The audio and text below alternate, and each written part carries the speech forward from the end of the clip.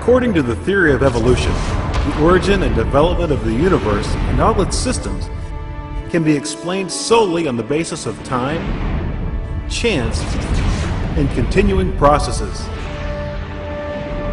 All living things have arisen from a single-celled organism. A second and opposing worldview is the concept of creation. According to the theory of creation, everything in the universe has come into being through the design, purpose, and deliberate acts of a supernatural creator. That means this creator created the universe, the earth, and all life on earth, including all types of plants and animals, as well as humans.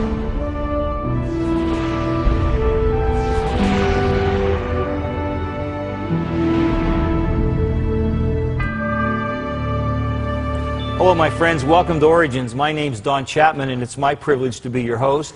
Origins is a forum where we take the evidence of science and we use it to validate the truth of creation. And we do that by interviewing some exciting creation scientists and folks who have done great research and study in this area. Today we have kind of a special show. It's a little different than anything we've ever done. We're going to introduce you to a DVD today called Evolution, the Grand Experiment. And Dr. Carl Warner is with us, who has produced this great video.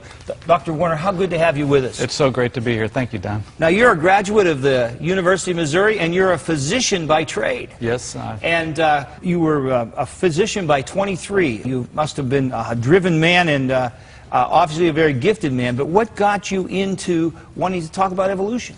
Well, this came to me. I didn't go seeking it. I was in medical school. I was 19 years old. I believed in evolution. And a friend came to me and said, "Carl, you believe in evolution?" I said, "Well, yeah." And he says, "How do you deal with these problems?" And he presented to me 3 questions that changed my life. He said, "You believe that the Big Bang occurred, formed the universe out of the Big Bang. How do you form matter for the universe out of nothingness?" And then he showed me that this is a violation of the first law of thermodynamics. And I thought to myself, that's very interesting. Something from nothing. Something from nothing, and that's a violation. His second question to me was this: "Carl, you believe that life formed from chemicals to begin evolution. How would you explain this, knowing that DNA does not form naturally from chemicals?" And I thought to myself, he's right. I know this from biochemistry, but I've never applied this to evolution. And proteins don't form naturally, and functional cell membranes don't form naturally. And I said, well, I don't know. Then he presented to me the fossil record. He said, "Carl, we have hundreds of millions of fossils. Why are there gaps between animal groups that, seemingly go against the theory of evolution?" And at that point, I realized I was challenged, that there was something wrong with my way of thinking. I believed in evolution, yet he just more or less decimated my ideas. 3 questions took the pins out from my head. Took the pins out, and now I was confused. I thought, you know what, I have to go look into this thing. Now, there came a point where instead of just pondering these things in your mind, you began to go out and do research, which eventually led to this DVD. Well, I talked my wife into going out and forming a television production company so we could get access to the information. And basically, this allowed us into the dinosaur dig sites, it allowed us into the museums, it allowed us entree to the professors. And we started to go around the world filming interviews, going to the dig sites. We went to and interviewed a who's list of evolution scientists. Dr. Johansen, who discovered Lucy. We interviewed Dr. Gingrich, who discovered Rhodocetus, the famous Rhodocetus. We interviewed Dr. Hussein, who did the discovery of Ambulocetus, the author of the book Dinosauria, the curator where Archaeopteryx is found. We not only interviewed them, but then we had them take us and show us their fossil collections. Show us this evidence for evolution that you say is here. We want to see this. We interviewed Dr. Oxnard, who was questioning at the time the validity of the fossil Lucy, and the late Clark Howell at Berkeley, who led the Ethiopian expedition in the Oma Valley there. In all, we did approximately 60 scientists and carried out the interviews. But that was only the first phase of this whole thing. The second phase was then we went to the dig sites. I wanted to see the fossils, the actual evidence. And so we traveled all over the world. We went to Solnhofen, Germany, where Archaeopteryx was found. And we went to the Iguanodon dig site in Belgium, where they had found the 29 dinosaurs in the coal mine. And we went to Dinosaur Provincial Park, where they had found 10,000 dinosaurs. And we went to Fossil Butte, Wyoming, where they had found 1 billion fossil fish in the fossil layers there. 1 billion. We went to Neanderthal dig site and interviewed the curator from the Neanderthal Museum in Mettmann, Germany. We went to Petrified Forest, where the 10,000 acres of petrified trees are. We went to the Badlands, where fossils are found there. We went to Agate Springs in western United States. Went to Thermopolis, where 200,000 dinosaur bones were found. We went to the Messel dig site in Germany, where 600 bats were found fossilized. Dinosaur National Monument. We went to Mygat Moor. It becomes, you know, after a while, the list is so long, and it becomes overwhelming, the amount of information that we collected. And yet, even after visiting all those sites, you weren't done. I wasn't done, because then we realized, when you go to the dig sites, you see very few fossils because it takes a while to get them out. We decided then we'd go to the museums and photograph the fossils in the museums that had been taken from these sites. And so we started photographing fossils and photographing entire museums. We started and we went to, for example, went to the Carnegie Museum and filmed the fossils there. We went to the Redpath Museum in Montreal. We went to the California Academy of Sciences in San Francisco, the Museum Victoria in Melbourne, and Harvard Peabody Museum. These fossils then became the backbone of our research, because now we had the information, the source material, and we could then carry out this experiment to test evolution. Over 100,000 miles. Yep. 60 interviews with some of the most prominent evolutionary scientists in the world. Yes. And then visiting both the dig sites and the museums that Yes. house the fossils. Yes. This is an incredibly extensive research project. You started in 1997, is 1997, and we traveled, you know, to Australia and all throughout Europe, all over North America. Plus, besides this, we also did nature photography. We filmed at the Great Barrier Reef in Australia, underwater diving there. We filmed in Australia. We went up to Alaska to observe the glaciers. And all the while we're comparing nature, what's going on today, to the fossils and the events that happened in the past. It's incredible research, but some fun along the way, I hope. It was a great experience. It was a kind of a unique opportunity. And, you know, the public believes that scientists can't be wrong. Scientists know that scientists can be wrong, you know. And I questioned, when this all started, is this one of these big finds, like when we discovered that the Earth wasn't flat and it was round, you know, hundreds of years ago? Or when Galileo and Copernicus put together that the Earth wasn't the center of our planetary system? Is this one of those big blunders that I've stumbled upon, that the whole paradigm is going to have to shift because evolution doesn't work out? Or do I just not understand it? Knowing this, that scientists can make blunders, I then pursued. I had the openness to pursue this, because I tell you what, scientists have been wrong in the past about big things. Prior to Charles Darwin, scientists had some rather strange ideas concerning how life began. They believed that living organisms came into being rapidly and spontaneously over a period of just a few weeks. The scientific community believed in spontaneous generation for 2,000 years. And it is a stark reminder that even a majority of scientists can be wrong. In his classic 17th century description of spontaneous generation, scientist Jan Baptist van Helmont suggested that mice came from dirty underwear. Wanneer je een stuk gedragen ondergoed, if you put a piece of sweaty underwear in an open-mouthed jar, together with a piece of wheat, after 21 days the ferment coming out of the underwear changed the wheat into mice. But what is even more amazing, is that the mice are not small or aborted mice, but adult mice emerge. Another evidence offered for spontaneous generation was the rotting meat experiment. 17th century scientists observed that if meat was placed in an open jar, maggots formed on the meat weeks later. They conjectured that life, in the form of maggots, arose spontaneously from rotting meat. But in 1668, Francesco Redi, an Italian physician and scientist, overturned this idea. He suggested this proof of spontaneous generation was nothing more than contamination of the meat by flies. When flies landed on the rotting meat, they laid their eggs. Over time, these eggs grew into maggots. Later, the maggots changed into flies. When scientist Redi prevented flies from landing on the meat with a piece of cheesecloth, maggots never formed. A third evidence for spontaneous generation was the 19th century pond water experiment. Scientists took pond water, boiled it, and poured it into an open jar. After a few weeks, the sterilized water was now teeming with bacteria.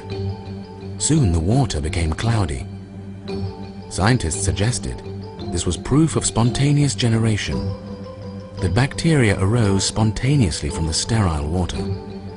They scoffed at anyone who dared to question their conclusions. In 1859, spontaneous generation was finally rejected after the French Academy of Sciences held a contest to see if anyone could definitively prove or disprove the theory.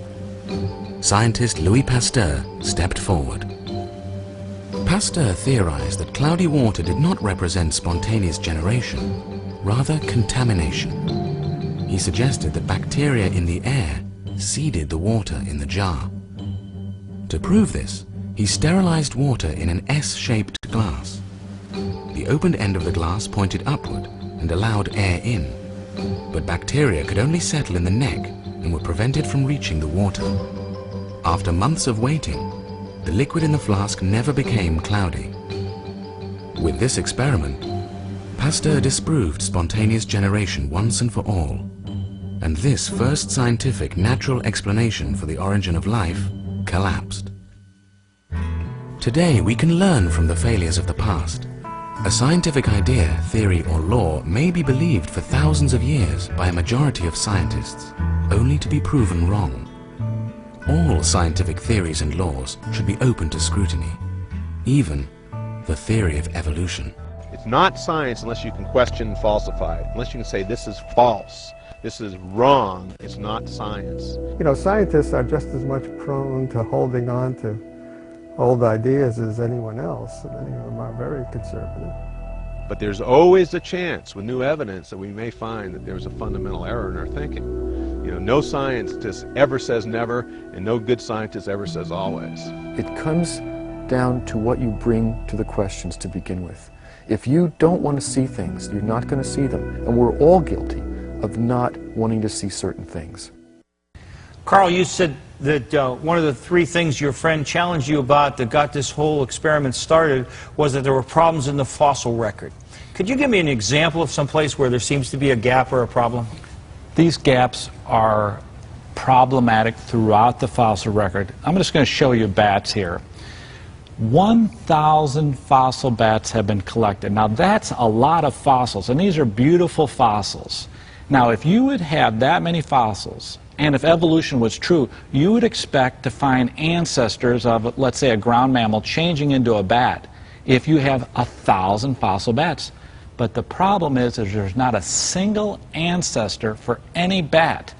The bats just appear suddenly, almost like it was a creation. Almost like it was created. Mm-hmm. Bats are warm-blooded flying mammals. Some bats use sonar-like echolocation to catch their prey. An amazing 1,000 fossil bats have been collected so far. Many of these are complete bats.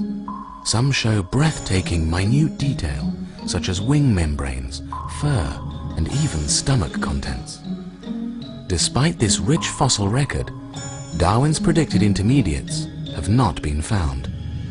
There are no fossils showing a ground mammal similar to a mouse, slowly changing into a flying mammal, a bat.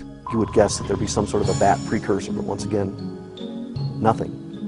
Bingo, they just show up. And so, I mean, as you might guess that, you know, there are certain people that think they were specially created. They actually are kind of a problem with the creationists who like to, you know, if things were created, here's a very highly complex mammal with all these adaptations, and bingo, they just show up at some particular moment in time fully formed as a bat. Obviously, we evolutionary biologists and paleontologists don't believe that, but at this point we don't have a good fossil ancestor for them. When did bats evolve from the land animals? When is it theorized? Well, it's also, that must have happened also in the lowest tertiary, but we have no evidence for this evolution. Also the bats appear perfectly developed. We don't have any non-flying bats, and so we can't pull something out of that, any kind of information out of that that tells us how they might have evolved. What period of time did the bats evolve, do we think? We have no fossil records of bats during the Cretaceous period, and this means that we are only depending on speculation when it started and what happened in that time. Of course, when we have the oldest bats, like Icaronicterus, they were completely developed in their morphology and their flight apparatus, and also the messel bats were completely developed. So we can only speculate. Opponents of evolution have seized on this lack of evolutionary intermediates in the fossil record. They ask, how many more bats would have to be collected before one declares the absence of ancestors a reality? For them, the fossil evidence of bats clearly speaks against evolution. Wow, that's fascinating. Now, bats aren't the only animal where we have a problem finding ancestors or transitional forms, isn't it? That's also true with fish. Fish are yet another example. In fact, the whole fossil record is the same pattern. Let me tell you about fish. They have collected 500,000 fossil fish. 500,000. That's an awful lot of fossils. They've collected 100 million invertebrates, you know, animals without backbones, but they can't connect the invertebrates to fish. The fish just suddenly appear. Scientist John Long is one of Australia's most eminent paleontologists and is the head of science at the prestigious Museum Victoria in Melbourne. He has studied fossil fish for years. He reports that the fossil fish collections of the world are immense. How many fossil fish are there in museums? Well, I visited some of the biggest museums in the world to study their fossil fish collections, such as the Natural History Museum in London and the American Museum of Natural History. And I'd say conservatively there'd be hundreds of thousands, probably maybe up to 500,000. Although fish have the most abundant fossil record of all the vertebrates, there are no fossils showing invertebrates, such as jellyfish or starfish, slowly changing into fish. Nor do the fossils show the formation of a spinal cord over time, as Darwin predicted. There's a lot of debate over the origins and diversity of the first jawed fishes, the gnathostomes as we call them. That's still one of the great mysteries and problems to be solved in vertebrate evolution. Despite a 150-year search for evolutionary ancestors, every fish family appears suddenly in the fossil record. Every major kind of fish that we know anything about appears fully formed. There's not a trace of an ancestor for any of these creatures, and there are no transitional forms suggesting that these major kind of fishes evolved from a common ancestor. Now, evolutionists know that. They say it is true, but they believe in evolution anyhow. But evolution is impossible. The origin of fishes, that's the origin of vertebrates. That would be the most astounding, important event in all of evolutionary history. We should have book after book after book written about the origin of vertebrates. We should have picture after picture of all these transitional forms. There's nothing. The fact that the vertebrates, the fishes, appear fully formed, no trace of ancestors, no trace of transitional form, destroys the theory of evolution. Evolution cannot be true. Scientists who support evolution still hold out hope that they will eventually find these fossils. The evolution of fish is still very much debated amongst paleontologists. And I think that within the next 10 years we'll probably get some resolution on the origin and interrelationships of the major groups of fishes. All we really know at the moment is that the bony fishes came from one of these primitive groups, but we don't really know which one. So there's still mystery and some debate over where the true bony fishes came from. Scientists who oppose evolution suggest the absence of fish ancestors in the presence of 500,000 fossil fish speaks resoundingly against evolution. There just aren't any ancestral fossils. We've looked at bats and we've looked at fish. Are there other animal examples? Yeah, we went and interviewed all of the seal evolution experts in the world, and we said, how many fossil seals have you found? 1,000 fossil seals have been collected. That's a lot of fossils. And then we said, could you show us the animals that evolved from what they think is a skunk, went into a seal? Can you show us these transitional fossils? And there are none. Skunks become seals. That's what they said. But there's no fossils to show it. But no fossils to show it. Seals are often mistaken for sea lions, but they are an entirely different family of mammals. Unlike sea lions, seals move on the ground like a caterpillar in an undulating pattern. Also, seals do not have visible ears. Evolution scientists believe seals evolved from the skunk and otter family. Fossil seals are allied to a completely separate group of carnivores, the mustelids, the skunks and otters. Over 5,000 fossil seals have been identified, but all of the predicted evolutionary ancestors are missing. We don't have such a material. We already can say this is true seals according to morphology of the bones. We cannot say, I don't know what is this, it has so many features. And it's not a time where we can find this missing link. According to opponents of evolution, finding 5,000 fossil seals without evolutionary ancestors contradicts the theory of evolution. So the evolutionists aren't getting any help from the seals. There's no ancestors there either. No ancestors for seals, no ancestors for bats, no ancestors for fish. It goes on and on and on. And that's pretty much a pattern through the whole fossil record. The whole fossil record goes that way, yes. Now, surely dinosaurs would be the saving proof here, because dinosaurs are so key to evolution, right? What about that? Is the opposite true? You know, most people, when they go through a museum and see all these dinosaurs, they think, oh, this is proof of evolution. But I hold a different view. Are you aware that all of the major animal and plant groups have been found with dinosaurs? In other words, the fauna of the animals with the dinosaurs was similar to today. For example, they found ducks with dinosaurs, flamingos, avocets, hedgehogs, possums. All of the plant groups, all of the animal phyla have been found with dinosaurs. Number one, that's a fallacy that the faunas were different. And number two, they don't have ancestors for any of the dinosaur species. They have collected, Don, 100,000 fossil dinosaurs. That's a huge number. 3,000 of them are full skeletons. And yet when we interviewed the scientists, they said we do not have a single ancestor for any of the dinosaur species. Nothing. The idea of dinosaurs roaming our planet seems almost imaginary, but evidence of their existence is undeniable. Some of the plant-eating dinosaurs were over 90 feet long and weighed 30 tons. Meat-eating dinosaurs had huge serrated teeth and powerful jaws that could rip apart any foe.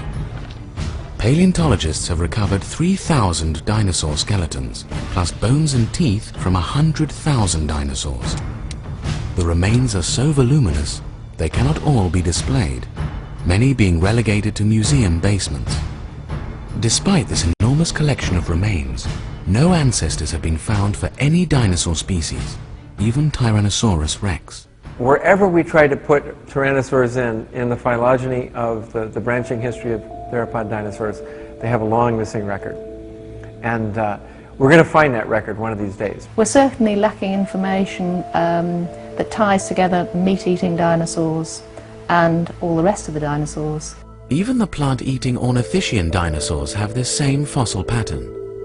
A plethora of fossils, but no direct ancestors. We haven't really any idea how the whole other group of dinosaurs called ornithischians, exactly the timing of and the way they branched off. We've got nothing there yet. There's a huge gap. Despite finding hundreds of skulls for the plant-eating dinosaur Triceratops, no direct evolutionary ancestors have been found. Triceratops heads are just pretty common. I've heard tell that there are at least 50 different individuals just based on skulls alone, and that's probably complete skulls. And who knows how many partial skulls would increase that number. I suspect we probably know, 100 or hundreds of Triceratops from their skulls. Many dinosaur evolution charts, such as this one from the Chicago Field Museum, imply that the ancestors of dinosaurs have been discovered. But when the solid lines are overlaid with the actual number of dinosaurs found, the chart tells a very different story. Opponents of evolution suggest these museum diagrams are often misleading and do not reflect the fossil evidence. The diagrams don't always reflect the fossil evidence. Boy, that's a powerful thing to hear. Carl, what an incredible job you've done as the executive producer of this. I just think the church and really anyone interested in truth is indebted to the hundreds of thousands of miles that you've traveled and the effort and the work that you've done. What a tremendous thing you've done. It's a joy to have you here on Origins. I hope that many of our folks will get the book, get the DVD, get the study materials, especially those with children, that they'll use them to at least open up minds to seek truth and to ask the right questions. Thank you so much for your great work. It's a great privilege to have you here. Folks, just because scientists say it's so doesn't mean it's so. We've seen many examples in history where scientists worked from wrong presuppositions for a long time until the truth sort of reset the dial and made them think again. And I think that may be true with the theory of evolution, and it may be time for people to realize that God is our creator. It's God's view He created you. That should be your worldview too. We hope to see you again here soon on Origins, and until then, God bless you, my friend.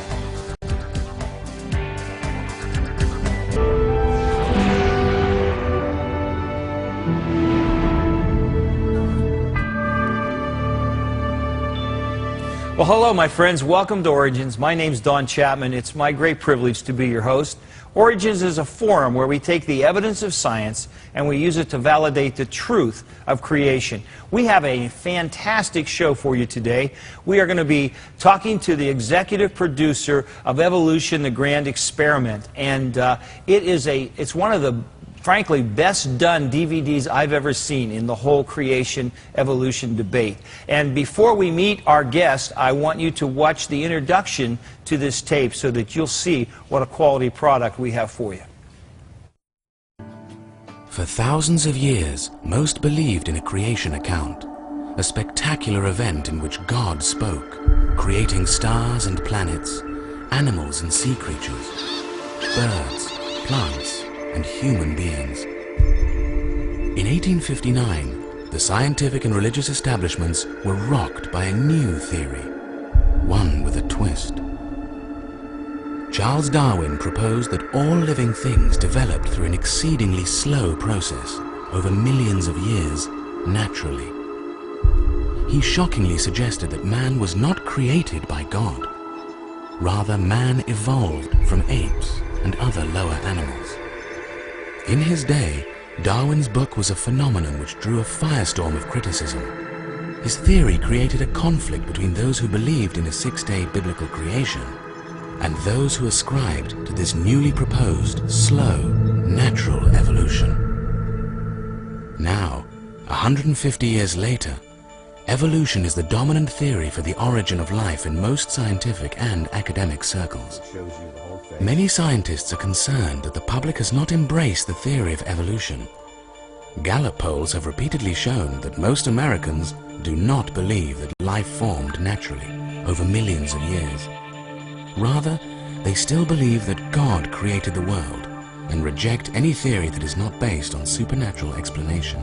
I believe that something had to put us where we are. It's too big, it's too universal for us to just evolve from one cell. Did we come from monkeys? I don't know. There's evidence for it, but then there's also some stuff missing. So, making that leap between, with a missing link there, and I have some problems with it. Only 13% of Americans believe in the purely mechanistic theory of evolution, that humans evolved from apes, and God had no part in the process. You know, yes, I do believe in the theory of evolution, because I figure we have to come from someplace and, from ape to man to where we are today. Yes, I do. I definitely believe in evolution. Do most reject evolution because the theory is implausible? Do they not believe because of their religious views? Or is it because they are unfamiliar with the theory? Darwin's evolution theory remains a divisive issue, but this conflict is nothing new. Even before Darwin, there were other natural explanations for the origin of life that conflicted with the biblical story of creation. Well, we have Dr. Carl Warner with us today. Dr. Warner is a graduate of the University of Missouri. He is a physician by trade, but he has this incredible interest in the grand experiment, in looking at evolution and seeing if it's true. Dr. Warner, it's so good to have you with us. Great to be with you. Now, by the way, your DVD, it debuted here on Cornerstone Television Network, didn't it? Yes, it did in 2009, and we're very appreciative for Cornerstone giving us that opportunity. Well, we are thrilled to have it be a part of what we do here. One independent group said that this was the best documentary on the whole creation-evolution debate that was ever done. The more I watch, I tend to agree with that assessment. It's great having you, and what an incredible labor of love this has been.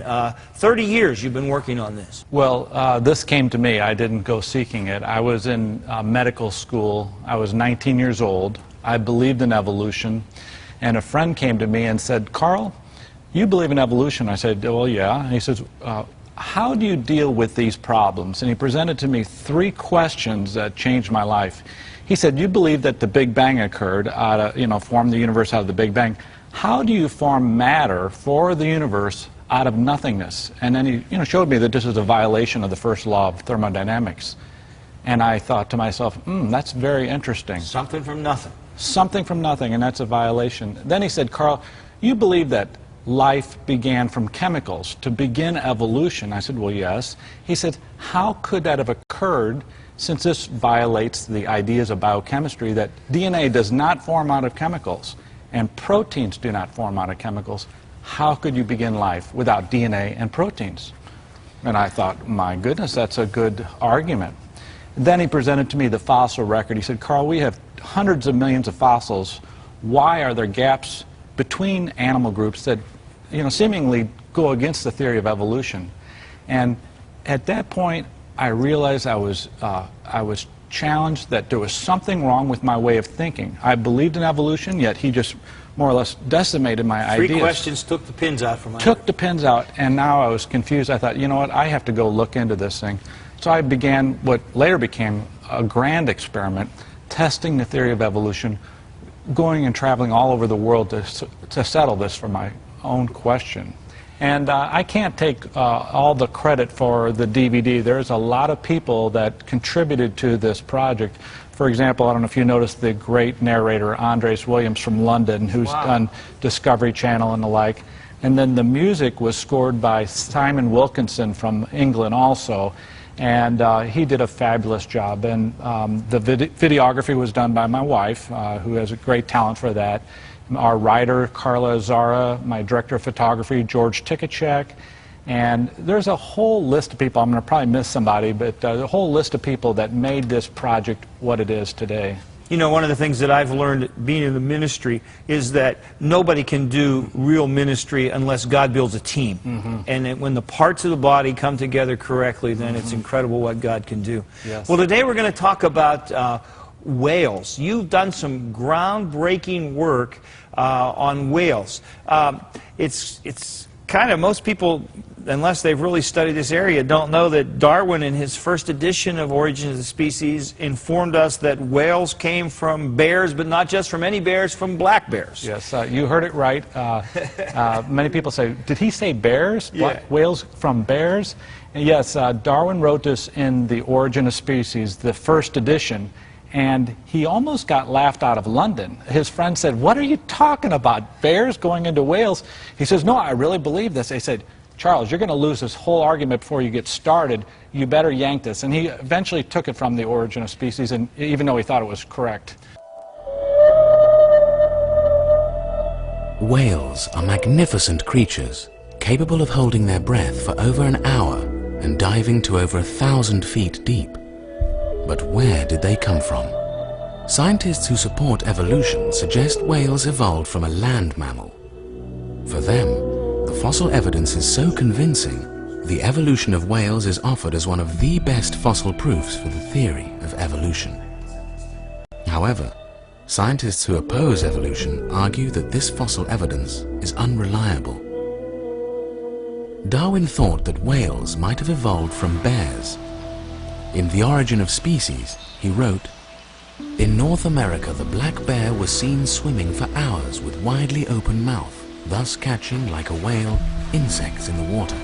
I can see no difficulty in a race of bears being rendered, by natural selection, more and more aquatic in their structure and habits, with larger and larger mouths, till a creature was produced as monstrous as a whale." Modern evolution scientists have abandoned Darwin's idea of a bear evolving into a whale.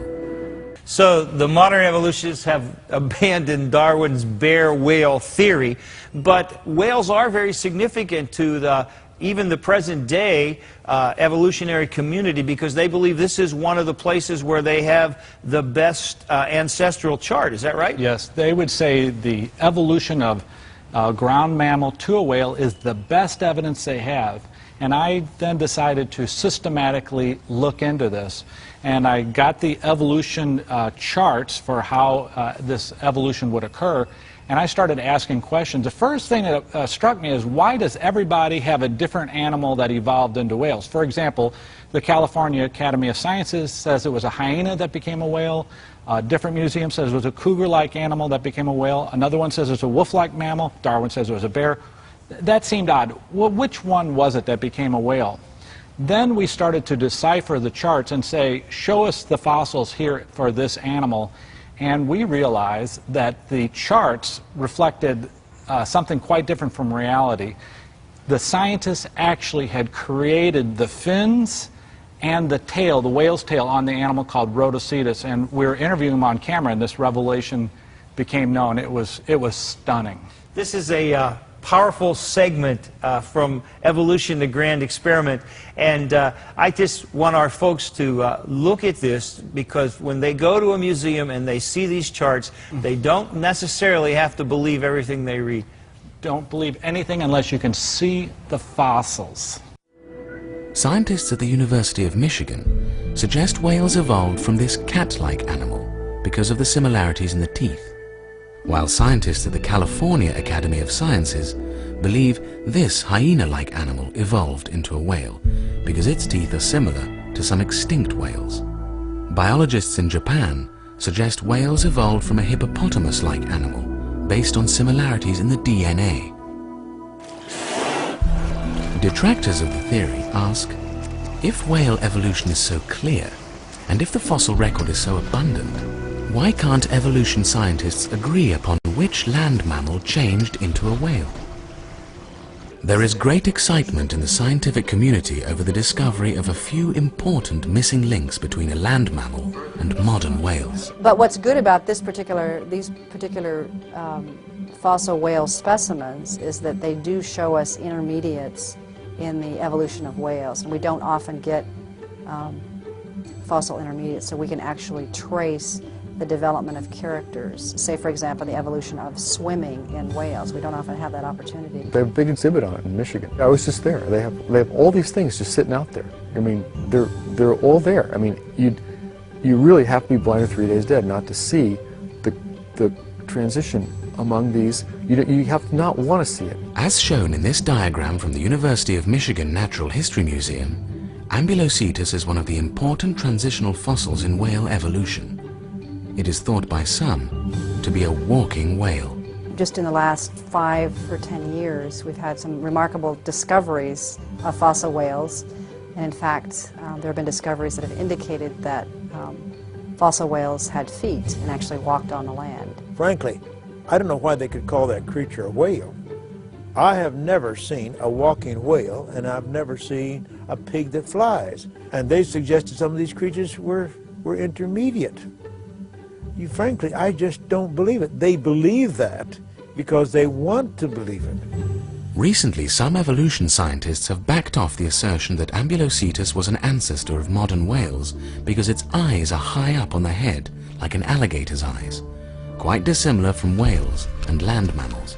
Ambulocetus may be on a slight sideline, and we think that mostly because it's very strange. It has its eyes raised up on top of its head in a very strange way, and it's unusually large for an early whale.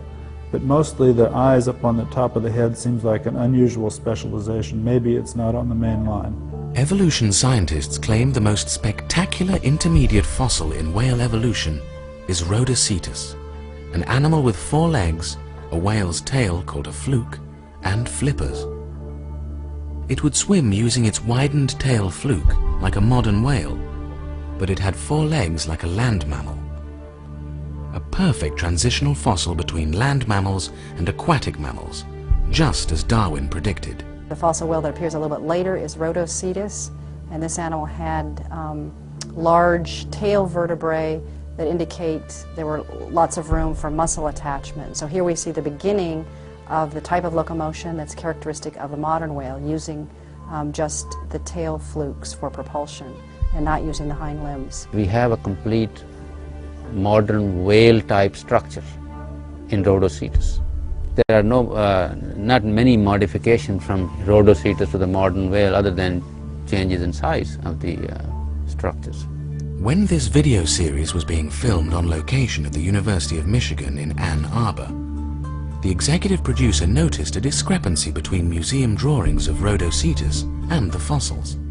The reconstruction of Rhodocetus had a whale fluke, but there were no fossils of the tail to confirm this. Dr. Phil Gingrich, the scientist responsible for the discovery and reconstruction of Rhodocetus, was questioned how he knew there was a whale fluke on Rhodocetus, since that part of the fossil was missing. What was the reasoning that the scientists think there was a fluke on Rhodocetus based on the other pieces of anatomy? Well, I told you we don't have the tail in Rhodocetus, so we don't know for sure whether it had a ball vertebra indicating a fluke or not. So I speculated it might have had a fluke. Scientist Gingrich also acknowledged that the flippers were drawn on the diagram without these fossils. Now, he does not believe this animal had flippers.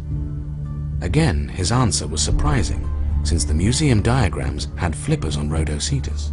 Now, since then, we've found the forelimbs, the hands, and the front arm, the arms, in other words, of Rhodocetus.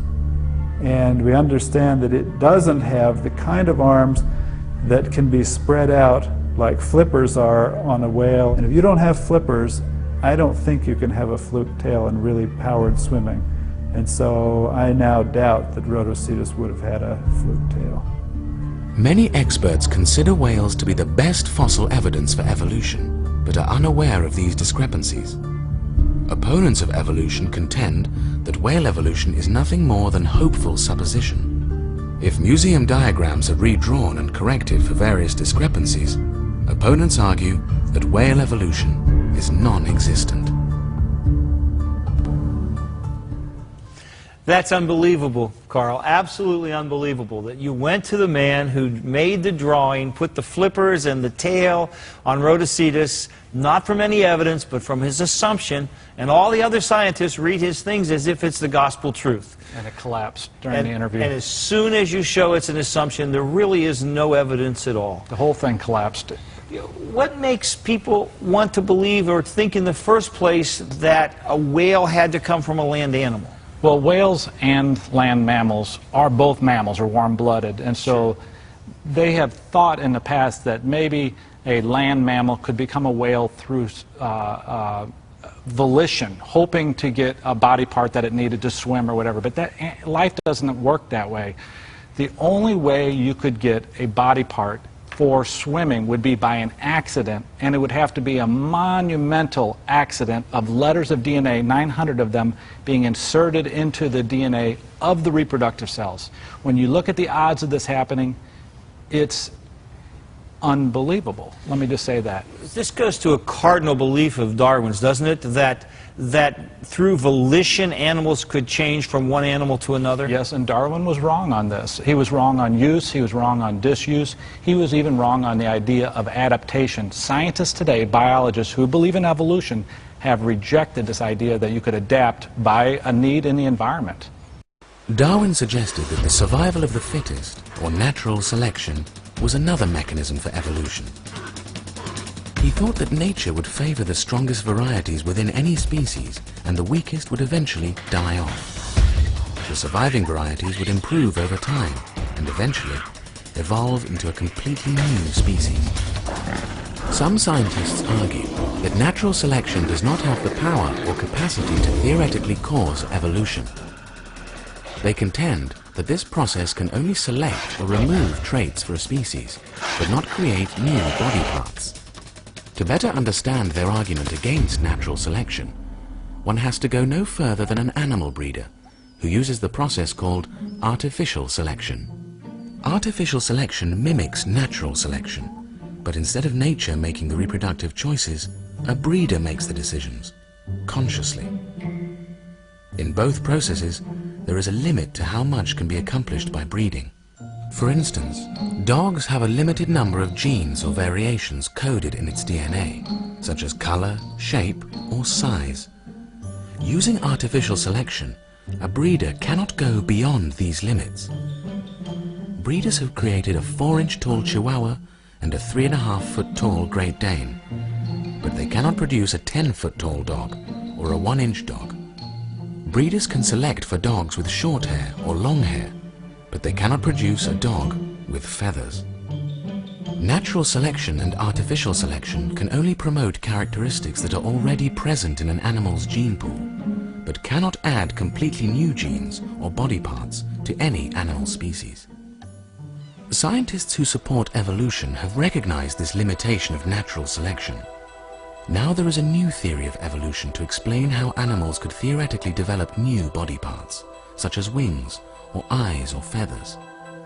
The new theory of evolution, called Neo-Darwinian evolution, suggests that animals did not evolve by effort, need, or as a direct response to the environment as Darwin thought. Rather, mutations in the genes of the reproductive cells would cause one animal to slowly change over time into another. This new theory of evolution suggests that a carnivorous land mammal became a whale by accidental mutations. In trying to understand the evolution of whales and dolphins from four-legged terrestrial carnivores, the first thing you have to keep in mind is that chance plays a tremendous role in this. Scientists who oppose evolution suggest that changing one animal into another by accidental mutations is preposterous. If a carnivorous land mammal, such as a hyena, evolved into a whale, too many body transitions would have to occur by chance. The hyena's front legs would have to change into pectoral fins. Its back legs would have to disappear. Its nostrils would have to move to the top of its head and form a blowhole. The hyena would have to develop a dorsal fin by accident. Its bony tail would have to change into a cartilaginous fluke. The hyena's hair would have to nearly disappear and be replaced by blubber. Its body would have to increase to 80,000 pounds, and its external ears would have to disappear and change for high-pressure diving. Each of these new traits would require at least one new structural protein. Each protein would in turn necessitate adding 300 letters of DNA to the genetic blueprint in the proper sequence. This would be equivalent to a blindfolded toddler typing several pages of meaningful paragraphs into a completed book, or to a person throwing a die thousands of times in a row, and each time it came up as 3. Given these improbable odds of evolution occurring through accidental mutations, some scientists are now questioning the theory of evolution. Some scientists are now questioning the theory of evolution. Carl, it's been wonderful to talk about whales, especially when you stop and think this is supposed to be the strongest place where we have the strongest evidence for transition, and there isn't any evidence for transition. No, when you look at the gaps, it's incredible. Yes. And if this is the best they have to offer, the theory is over. The theory of evolution is over. And it's just that no one's announced that yet, I guess. Yes. Or when it's announced, it's not heard. This is the book, folks. I just want to tell you what incredible work this is, both in the information and the quality with which it's done. It's a tremendous thing. And then the DVD that goes with it that we've been watching, and these are available, aren't they, sir? Yep. The book also, I want to mention, has a teacher's manual to Yes. it. You can use this as a homeschool family. You can use it in public schools, and you can use it in parochial schools. And the book has 600 photographs that my wife took. And the book is as important as the video. So it's an integrated project, Sure. and you can watch the video, you can watch the book, or you can do it as a class, or you can just do it as an adult. And I would say to my fellow pastors out there, there's also a PowerPoint set that we could get to use this in teaching. There's a PowerPoint set, and then there's also the next series is Volume 2, which is Living Fossils, talking about animals that were the same during the dinosaur time. It's a book, it's a video, and a teacher's manual also. Sounds like great material. So who do you envision as the audience? The audience is you know, whoever you are. It could be a 5th grader.